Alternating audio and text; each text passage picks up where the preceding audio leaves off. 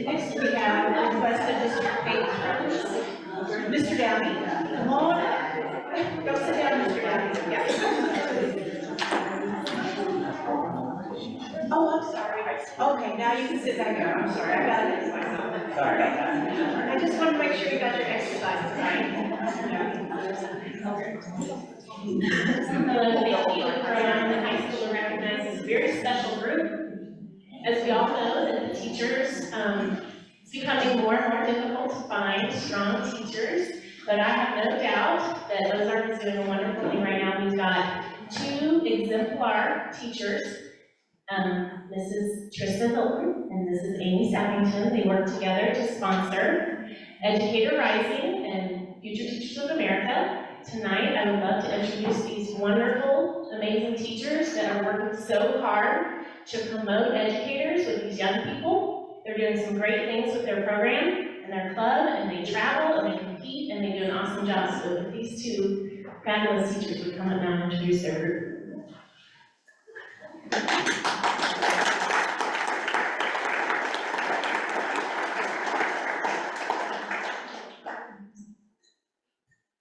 Hi, I'm Trista Hilton. I'm Amy Sappington. So we had 13 students attend the Educators Rising State Conference on March 6th, and we have 8. Yeah, so that's a good turnout for high school because some work. But for just a little backstory, Educators Rising competitions include a whole variety of different things related to the future of education. So these kids have competed in different areas between lesson planning, public speaking, job interview, you name it. They've done like a bunch of different various things. So we're going to recognize each one individually. Trista wrote a script. I think she was like, I might say, I'm super excited. She may know you. Exact word for word, say this. I'm super excited to work with Trista. I mean, I don't think you can find a more passionate person about teaching. She and I both have a real heart to train people to be teachers in our building and these young high school kids. So for them to have the opportunity to get to do the things that they're doing is pretty amazing. So we'll recognize the first person, Delaney Coggin. Delaney is a sophomore. She won first place in junior varsity lesson planning and delivery and humanities. She taught a lesson with Mrs. Larimer's second grade class at West. And I want to thank Mrs. Larimore for coming tonight and supporting her. Her lesson was titled Storytelling, Beginning, Middle, and End. And she Brightman Jackson. Riley won third place in varsity lesson planning and delivered a STEM lesson. She taught the design process to Mrs. Wood's 8th grade science class.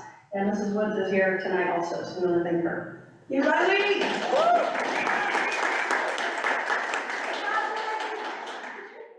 Okay, next is Tristan Blackman. Tristan was in one of the hardest divisions. He did the lesson planning humanities as well, and he's in the varsity division. But he taught a junior high sped lesson to Miss Jurachek's class. Yes, it was very sweet about comparing and contrasting text structures, and he got fifth place out of a lot of contestants. So we're very proud of Tristan for that. Good job.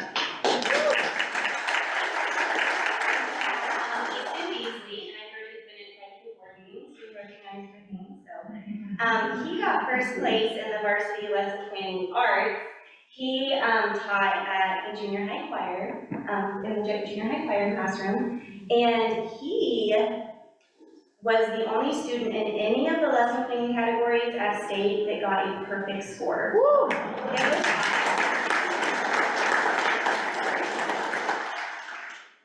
It was Last year he was tutoring with me after school, and I said, "Oh, what do you want to be when you grow up?" And he said, "A teacher." I said, "Oh, good, you're in our club." Next is Rebecca Gallo. She won first place in lesson planning and delivery of a CTE lesson. She taught CTE lesson to Mrs. Dollar's transitional kindergarten class. Her lesson was about healthy food choices and the importance of keeping our bodies healthy. And she also won first place last year for TED Talk.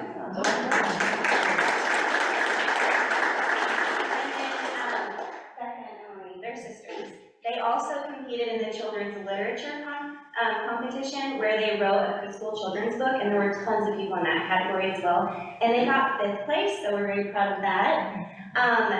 Becca actually read the book that they wrote during her lesson that she taught. So she kind of went, double time there. It was really, really cute, and the kids loved it.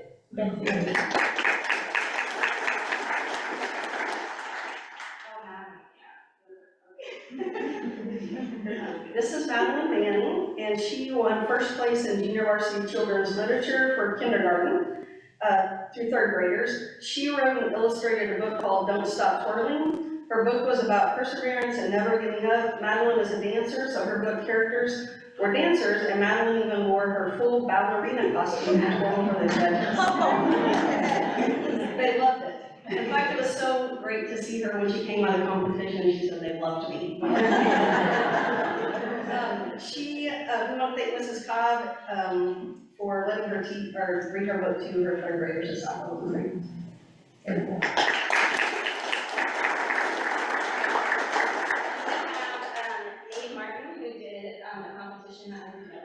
Impromptu speaking, and he killed it. He got first place. What was that? 15 people? There were a lot, and he like before we even went, he was like, I'm gonna win. And he did it.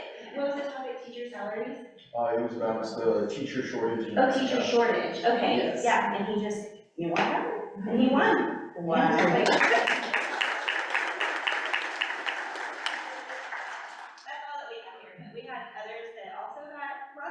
And we're just so proud of our educators rising group. Great. It's doing really great.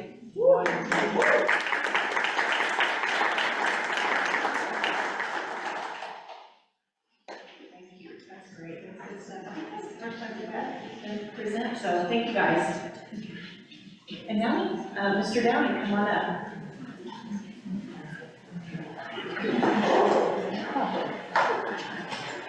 I'd like to address the policy of BEDH-1, public participation in board meetings.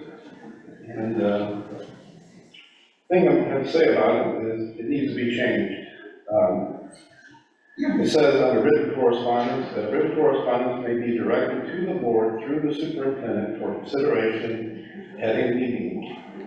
So we have to go through the superintendent to contact our school board. Also, agenda item, any member of the public who wishes to have an item placed on the agenda will present the request in writing to the superintendent or designate, not the school board. Now, when we address our legislators and our representatives, our senators in Jeff City and DC, we go directly to our legislators. We don't have to go through the custodian of the Capitol building. We go directly to our representatives. I have a personal phone number of my representative. I can call him anytime and we'll talk. So this is something that it's not right. Yeah. We voted people in the board to supervise the superintendent, not the superintendent to supervise the people we voted in.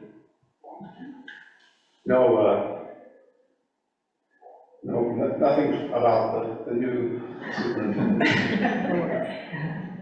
Probably know you're doing a good job. And I'm gonna read this again tonight. Can you read that first part to me again? I just that first. The written correspondence? Yes, It's attached. it's attached. Oh, good, thank you. Got it. After written. Yeah, under public participation board meetings. Yeah. Yeah, so the superintendent is busy and has a lot to do, and clearing the mail and the correspondence for the board is probably just a little more than she needs to do, but he needs to do as an office. Yeah, we didn't know. People email us all the time, so you feel free to email us because they do, so that's the wording that we definitely need. Thank you. All of our emails are on the website and phone numbers too for most of us, but thank you for mentioning that. Appreciate it. What did you say was attached? It is attached to that. If you go to request for public comment and then click on the paperclip. Oh, that's not. And then click down there at the bottom, it says policy BDDH1. There it is. There it is. Oh, yeah, I saw. I thought they had written something.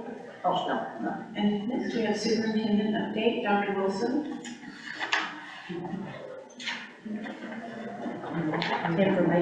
Informational. Excuse me, it's informational. I'm ready to get on through there. Our East Elementary academic highlight tonight. And still with Ms. Caitlin.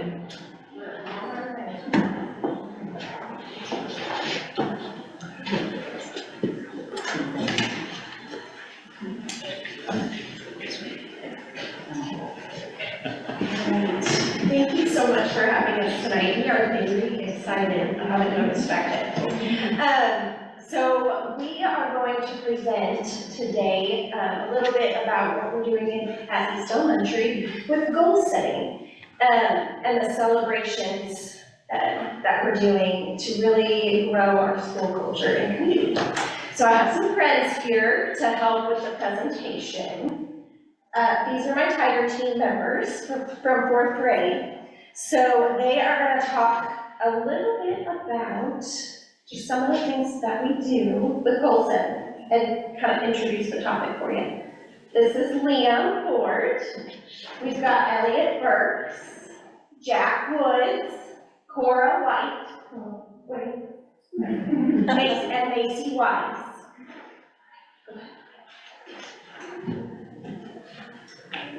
As members of the Tiger Team, we get to help spread the message about the importance of goal setting and celebrating our accomplishments. My favorite celebration is when our class gets a shout out on our announcements, or meeting a goal, or doing something really awesome. I crushed my last evaluate goal and love ringing the bell with my class. I love to share encouraging words and quotes about goals on the morning announcements, like this one. Setting goals is important. Set a goal to compliment some people today. Watch this video to just be here at the base here setting goals and celebrating it. Video.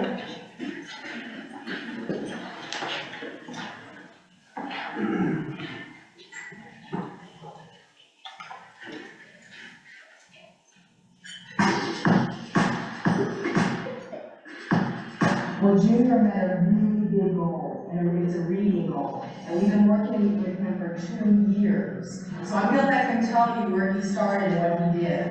Okay, at first when I was in second grade, I didn't know that letters were words, but then when I started reading, I got higher and higher. And then right after, when I was reading this one, I got confused. But we're gonna ring the bell to celebrate this goal, and then we're really proud of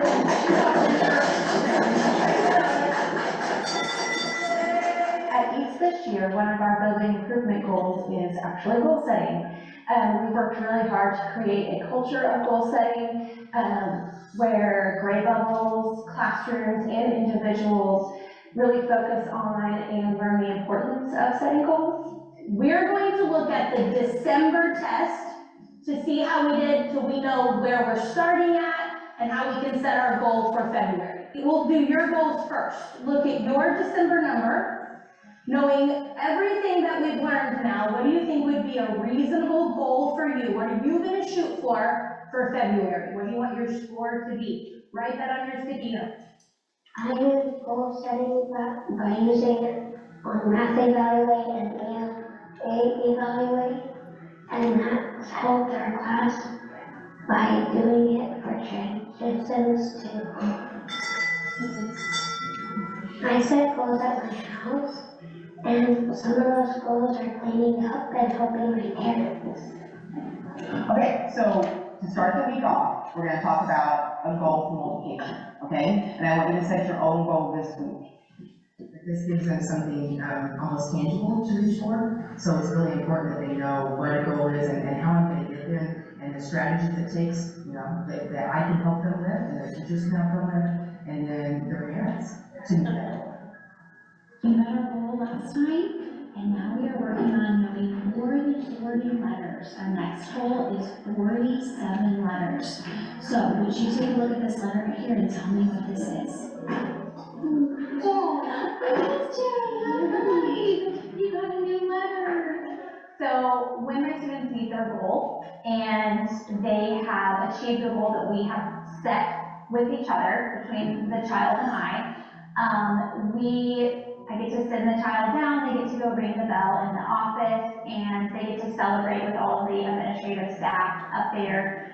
The kids are ecstatic. We celebrate as a class when an individual student meets their goal, and I then communicate to their parents that they met that goal, and so that way they can celebrate at home as well. You got 2 new letters today, high five. We know that goal setting really helps our students focus on their priorities, motivates them to work harder, and really sets them up with a roadmap to success.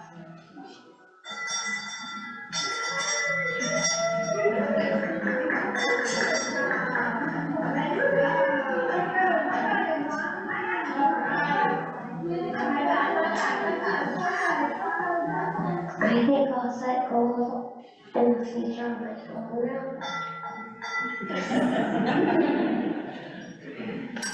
We have a lot of fun. Thank you. And thanks to Amelia Waketon for putting that video together. It was very well done. I don't know if you heard at the beginning, but Mr. Junior, when he got here, he moved from Hawaii, and he didn't know any of his letters, couldn't read, and now he is on grade level. So that was a huge celebration for us this year. And the person, well, it was a team effort, but Mrs. Carrie from Hawaii, our academic interventionist, worked really hard with him. He couldn't make it tonight, but we do want to highlight a few other students she's worked with to achieve some big goals over the past years. She's really played a pivotal role in this process and getting it started with our students and our teachers. So I'm going to let her share just a little bit about some of these success stories. Okay, I have the honor of introducing these 2 young men. I have worked with Easton and Henry for the past 2 years to help them meet the reading goal or read proficiently at grade level. So I'm going to let them tell you kind of their journey, what they've been through. I needed help with I needed some help with reading. This really helped me set a goal and work to meet it. I met with her every day and I read a lot.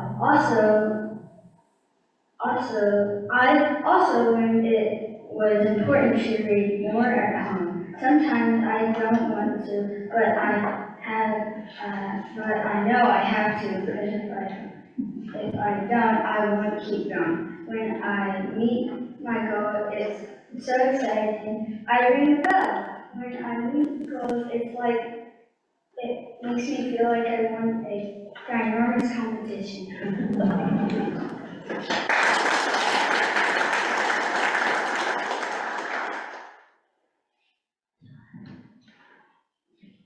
I wanted to increase my reading to the grade level, and Mrs. Ray taught me how to set my goal and work hard, and I'm confident to reach my goal. It makes me feel good when I reach my goal. It's like I want to achieve it.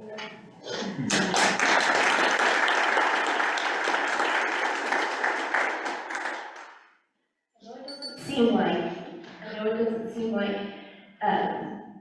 they were talking from the heart, but they really were. We met this week and those are their words that we wrote down, so obviously it feels like they won the Super Bowl, so.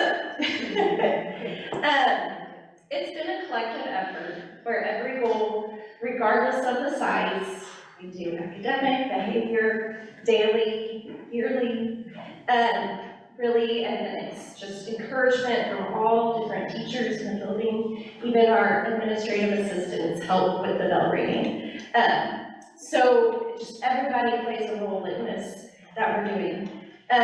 Through the practice of these goal-setting skills and attitudes of celebration, the ultimate goal is to empower students to become a self-directed and motivated learner, prepared to excel in school and of course beyond.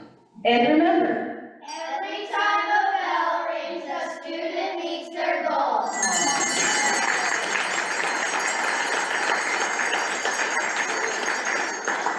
thank you, students. We need to do the board meeting right here.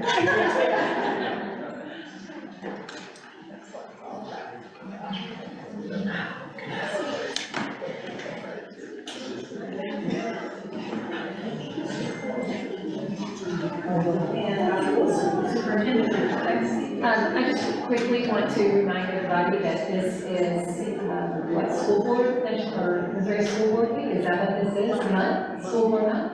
And I wanted to read the governor's proclamation. Whereas the system of quality public education is essential to the future of our state and nation, and whereas the people of Missouri have a long tradition of support for public education in their local school districts, and whereas local school boards are the ultimate expression of the unique American institution of representative governance of the public school districts.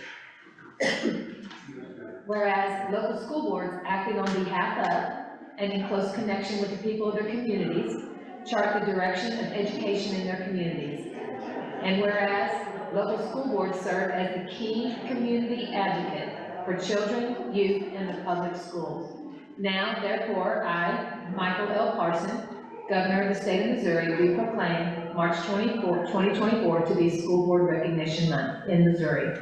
In testimony whereas I have hereunto set my hand and caused to be affixed the Great Seal of the State of Missouri in the city of Jefferson City, the 29th day of January 2024.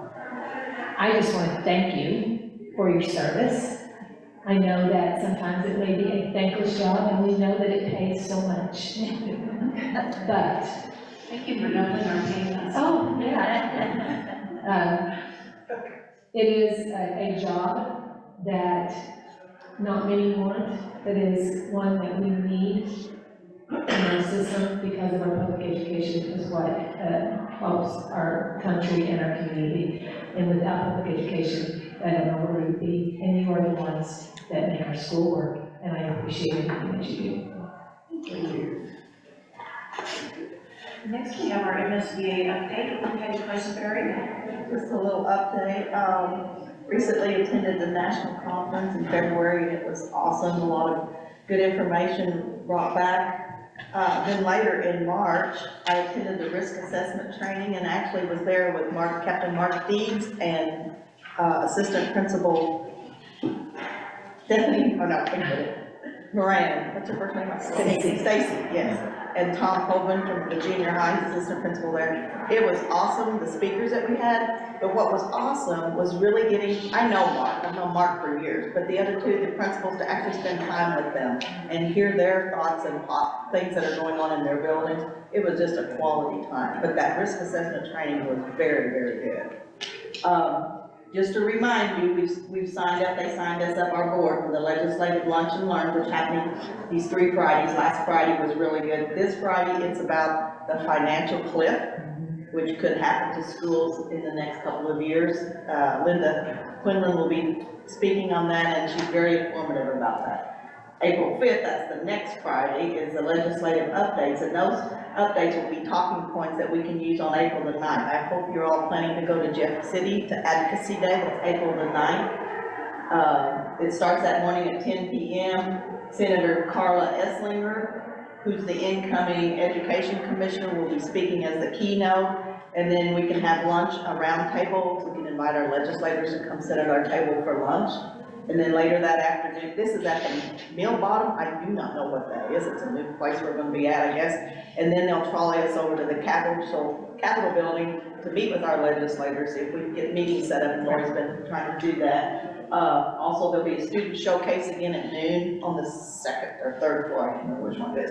I don't know, I'd asked Dr. Carson if they were gonna have a student group to send, but I don't know if they had got it together. I don't think so as of this point. But it's still good to see the other schools and what the other students. And then just a reminder that Summer Summit is in June 24th and 25th at Chateau on the Lake. It will be in Branson. And like I said to some of you earlier, if you want to make that a family weekend, the room rates will be for a family, and you'll get it the price of the board member would. And then they're also trying to work out things. Silver Dollar City is going to give a discount, and some of the other Branson entities. So anyway, think about that. So that's nothing. Thank you so much, Patty. We usually drive together. We try to carpool to the April 9th to the, is that the legislature? I have to go up the night. Yes, you are separate. I know, You're special. I have to go up the night. But we try to gather together and try to. That's good, because you have that time to network together, and driving out and back, yeah. And let's see here, future dates. Oh, assistants. I missed assistant superintendent's reports. We don't have our assistants with us, but any questions on their reports or anything like that? Okay. And then we have our future dates, Dr. Wilson. Okay, as Patty said, legislative lunch and learns. I do plan on watching tomorrow's. It's going to be pretty good. And then we are having a curriculum conversation, Dr. Carson, on March 26th, social media awareness. I would highly recommend that everyone try to attend that. There will be a video that's shown on how social media affects our students. April 2nd, election day for new school board or returning school boards. Let's see here, I have a hard time reading that without my glasses. Once again, another legislative lunch and learn, the advocacy day, and then our school board meeting will be April 11th. It will be earlier this month because we are required to have a meeting within a certain amount of days of the election on April 2nd. April 16th, we finally have been able to set the final long-range planning meeting. That's been long awaited, and we've had to move it multiple times due to weather and various things that are happening. May 17th, graduation. I believe this is the first time it's on a Friday night for quite a while, so that's great. And then once again, the summit. And I'm sure that there will be other things that we add throughout the month for this. So we have a town hall in there somewhere too, I think. Is that on there? We do. Is it April 19th? I think so. Yes, I think it may be. We had it scheduled from the very beginning. Yes. Somewhere around there, so we'll add that. Yes. And maybe just more of a casual cookies and meet and greet type. I think that would be good you would still be available to answer questions. Just not as formal. And make it more informal and more conversation. Next, we need to approve the consent agenda as presented. Do I have a motion? I'll make a motion to approve the consent agenda as presented. Motion by Patty, Second. second by Aaron, all in favor? Any opposed? Any abstention? Abstention by Guy Calloway. And next, we need to, let's see here.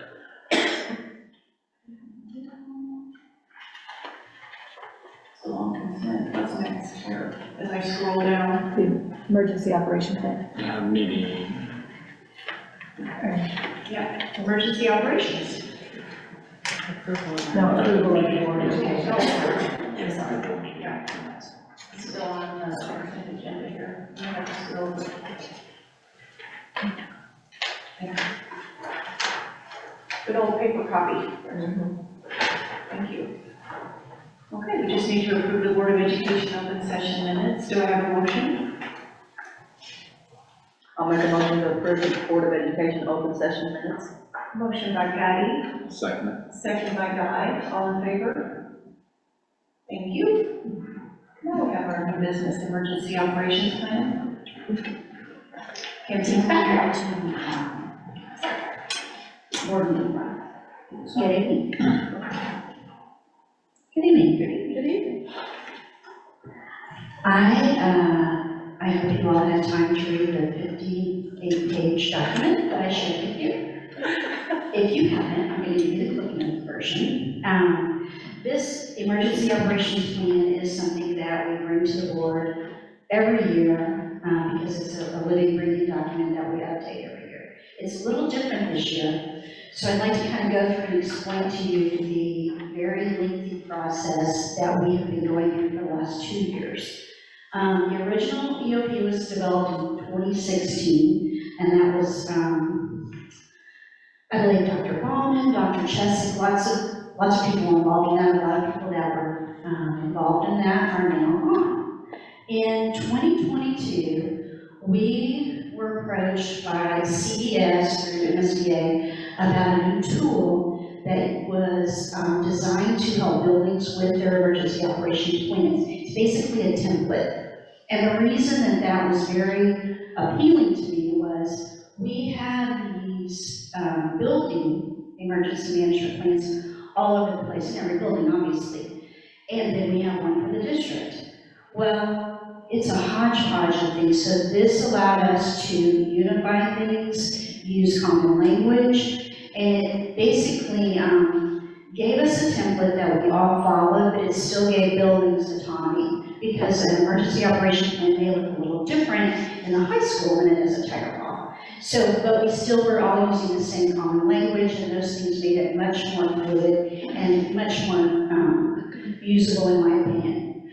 Now, with that though, that process turned out to be a little longer than we thought. The template was a little bit more involved.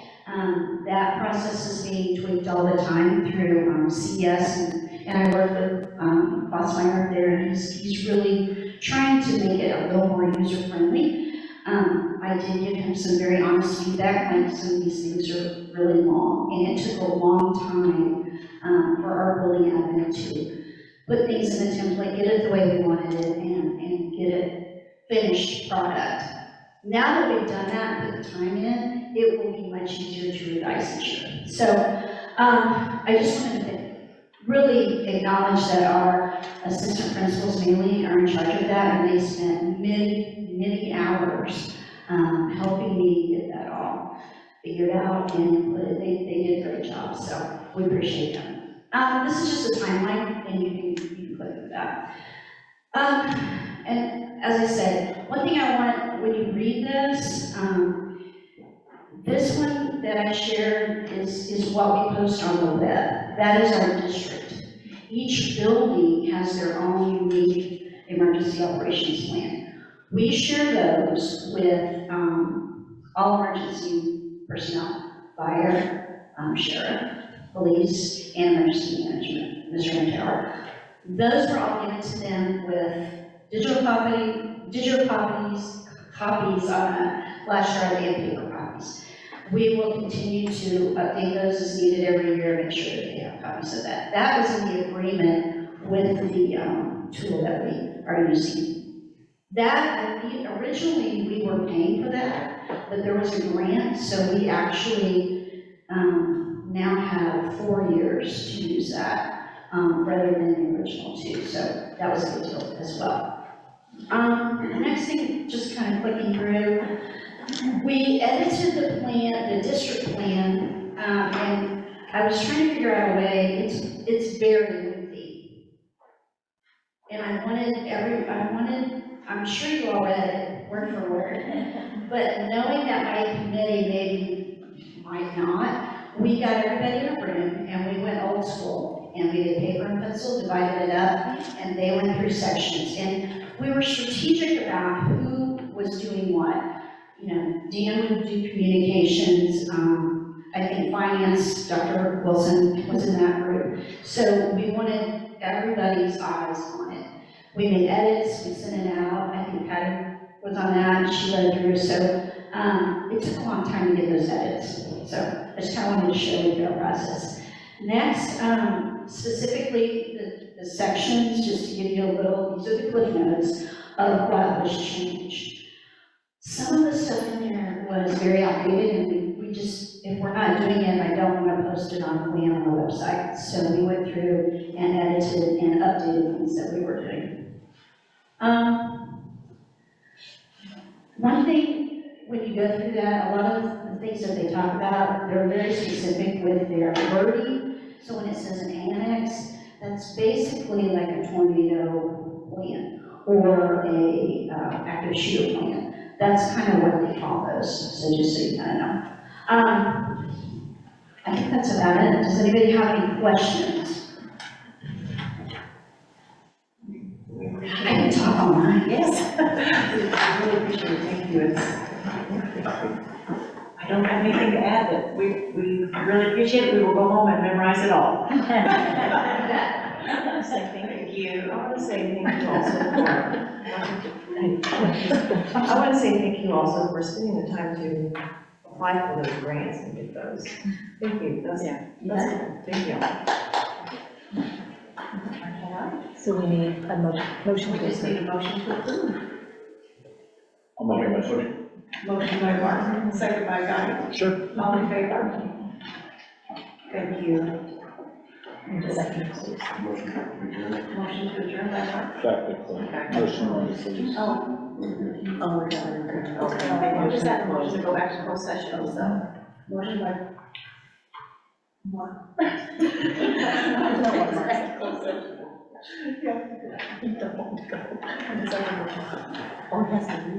Oh, no, you're Yeah, I can read that in there. You can read it in there, Make a yes. motion, we adjourn.